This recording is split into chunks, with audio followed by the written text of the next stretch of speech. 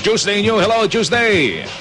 Joel, Mike, muling nanindigan si Pangulong Aquino na nanumpa siya sa saligang batas para ito'y ipagtanggol maging ang karapatan sa mga teritoryo ng Republika ng Pilipinas.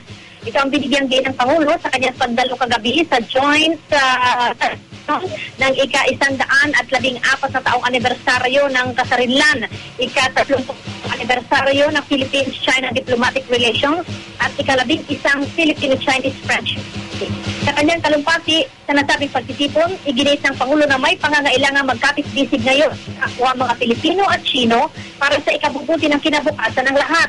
Malinaw naman daw sa mga batas ng Pilipinas at maging sa international laws, partikular sa 1982 United Nations Convention on the Law of the Sea o UNCLOS, ang hangganan ng mga teritoryo at maritime zones ng bansa.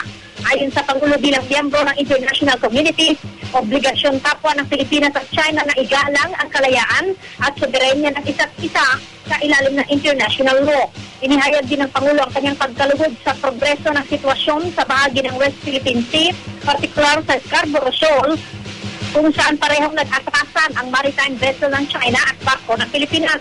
Ayon sa Pangulo, habang parehong nagkakasundo ang dalawang bansa na malutas ang problema sa diplomatiko at mapayapang paraan, hindi raw dapat makalimutan ang magagandang bagay na parehong tinatamasan ng dalawang bansa, tulad ng palitan ng kanakalan na pareho namang nagbibigay pag-unlad sa ekonomiya ng bawat isa.